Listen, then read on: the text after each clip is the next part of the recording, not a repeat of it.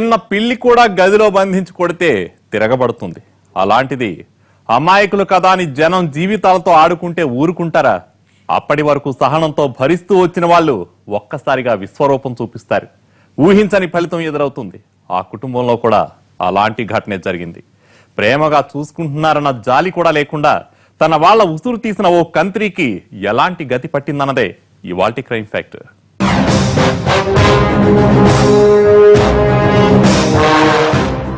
పిల్లలపై పెద్దవాళ్ల ప్రభావం చాలా ఉంటుంది. ఎదిగే కొద్దీ కొత్త కొత్త విషయాలు తెలుసుకుంటూ ఉంటారు. తల్లిదండ్రులు మంచి బుద్ధులే నేర్పినా చెడు సావాసాల వల్ల దారి తప్పుతుంటారు కొందరు పిల్లలు. అలాంటి ఓ కొడుకు ఎలాంటి కష్టాలు తెచ్చిపెట్టాడో ఇప్పుడు చూద్దాం. ఇతన్ని చూస్తుంటే ఏమనిపిస్తోంది? ఏదో కష్టాల్లో ఉండి కన్నీళ్లు పెడుతున్నట్లు అనిపిస్తున్నా అది ఓవర్ యాక్షన్ లా కూడా కనిపిస్తోంది కదా. ఈ మహా నటుడి పేరు రాజారాం. కాజీపేట బూడిదగడ్డలోని బాపూజీ నగర్ లో ఉంటున్నాడు. అయ్యో దేవుడా, ఎంత ఘోరం జరిగిపోయింది. మా ఆవిడ నన్ను వదిలేసిపోయింది. నా కళ్లకు కనిపించినంత, నా కేకలు వినిపించినంత దూరం వెళ్లిపోయింది అంటూ ఆ వీధంతా చక్కర్లు కొట్టాడు.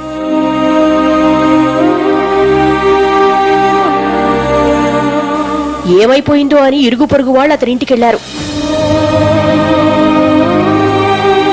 అక్కడి దృశ్యం చూసి అవాక్కయ్యారు.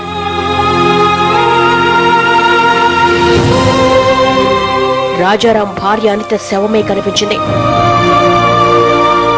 అయ్య బాబో, మీరే చూడండి అయ్యా, మావిడ పురుగుల మంత తాగేసింది. తెల్లారిసరికి చచ్చిపోయినది. నేను ఎవరి కోసం బతకాలి, ఎందుకు బతకాలి అంటూ డ్రామా కంటిన్యూ చేశాడు. రాజారాం ఎలాంటోడో వాళ్ళందరికీ తెలుసు. భార్య అనితపై అతనికి ఎంత ప్రేముందో రోజు చూస్తూనే ఉన్నారు. అలాంటిది ఇప్పుడు మొసలి కన్నీరు కారుస్తున్నాడని తెలిసినా ఆమె చనిపోయింది అన్న ఒకే ఒక కారణంతో కాస్త సానుభూతి చూపించారు.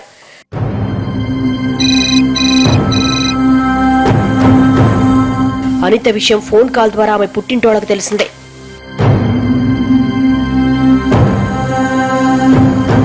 ధర్మసాగర మండలం ధర్మపురి గ్రామంలోని అనిత మేనమామ యాదగిరి విషయం తెలియగానే తల్లడిల్లిపోయాడు. సతమతమవుతూనే అనిత తల్లి ఏలంబ్రకు ఆ దుర్వార్త చెప్పాడు. 50 ఏళ్ల ఏలంబ్రకు గుండె ఆగినంత పనైంది. దుఃఖంతో కుమిలిపోయింది.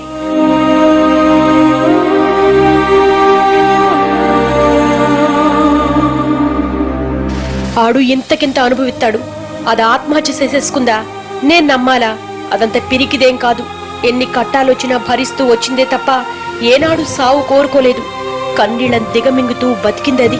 పురుగుల మందు తాగేసిందంటే ఎవరు నమ్ముతారు అంటూ ఆవేశంతో రగిలిపోయింది. ఏలంబ్రా యాదగిరి పరుగు పరుగున కాజీపేట వచ్చారు. శవమే కనిపించిన కూతుర్ని చూడగానే ఆ తల్లి కన్నీరు కట్టలు తెంచుకుంది.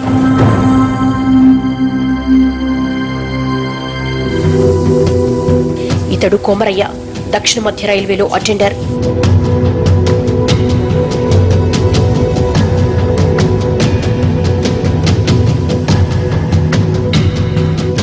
భార్య పేరు సారమ్మ.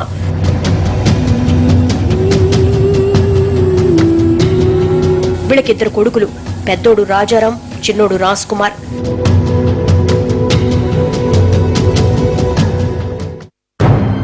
కొన్నాళ్లకు కొమరయ్య ఆరోగ్యం పాడైంది. అప్పటికి పిల్లలింకా చిన్నోళ్లే.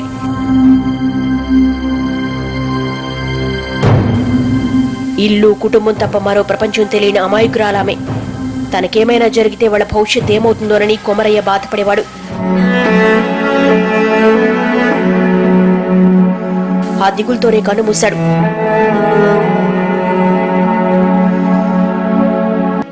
సర్వీసులో ఉండగానే కొమరయ్య చనిపోవడంతో రైల్వే వారు అతని భార్య సారమ్మకు అటెండర్ ఉద్యోగం ఇచ్చారు. అది వాళ్లను కష్టాల నుంచి గట్టెక్కించింది. సారమ్మ తన పిల్లల్ని పెంచి పెద్దవాడని చేసింది.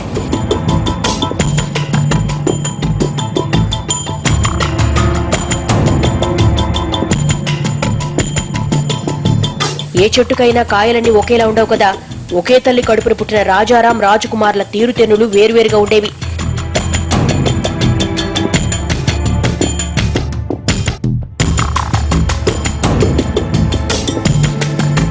చిన్నవాడైన రాజ్ కుమార్ బుద్ధిమంతుడు, పెద్దవాడైన రాజారాంకు అసూయ ద్వేషాలెక్కువ.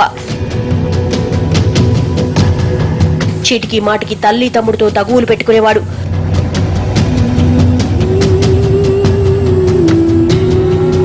ఫలితంగా ఇంట్లో మనశ్శాంతి లేదు. అతన్ని మంచివాడిగా మార్చాలని సారమ్మ ఎంతో ప్రయత్నించింది. ఎన్నో మంచి మాటలు చెప్పింది, అయినా ప్రయోజనం లేదు. తల్లిపైనే కసుబుసులాడుతూ ఇంటికి శనిలా తయారయ్యాడు.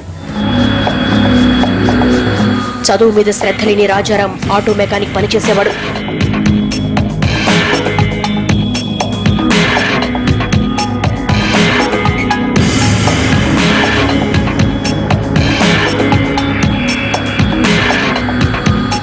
అక్కడ కూడా అతనికి నిలకడ అంతంత మాత్రమే.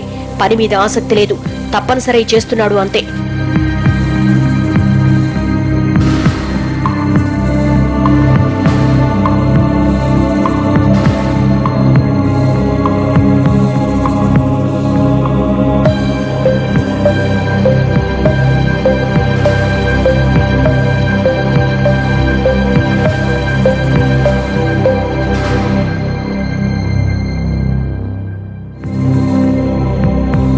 రాజారాం దృష్టంతా రైల్వే ఉద్యోగంపైనే.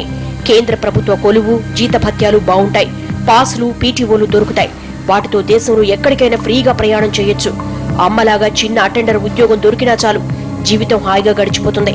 కానీ ఆమె ఉద్యోగం నాకిస్తారా అని ఆలోచించేవాడు. ఏడాది తర్వాత రాజారాంకు పెళ్లైంది. భార్య అనితది ధర్మసాగర మండలంలోని ధర్మపురి గ్రామం. తండ్రి శ్రీరాములు ఆమె చిన్నప్పుడే చనిపోయాడు. తల్లి ఏలంబ్రే ఆమెను పెంచి పెద్ద చేసింది. రాజారాంతో పెళ్లి జరిపించింది. ఉన్నంతలో కట్టకానుకలిచ్చి కూతుర్ని అత్తారింటికి పంపించింది.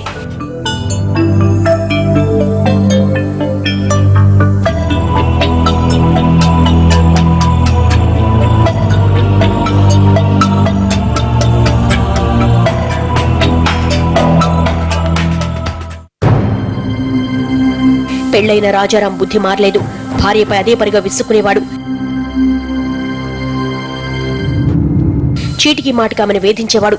డబ్బు కోసం ఎప్పుడు గొడవే. పో, మీ ఇంటికెళ్ళు, మీ అమ్మని అడిగి అర్జెంటుగా 20,000 తీసుకురా. ఒట్టి చేతులతో వస్తే ఊరుకునేదే లేదు.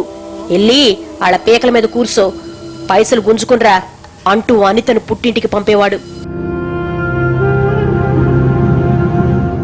రాజారాంను చూస్తుంటే మనిషి రూపంలో ఉన్న మృగం గుర్తు రావడం సహజం. అతని అరాచకాలు ఏ స్థాయిలో సాగాయో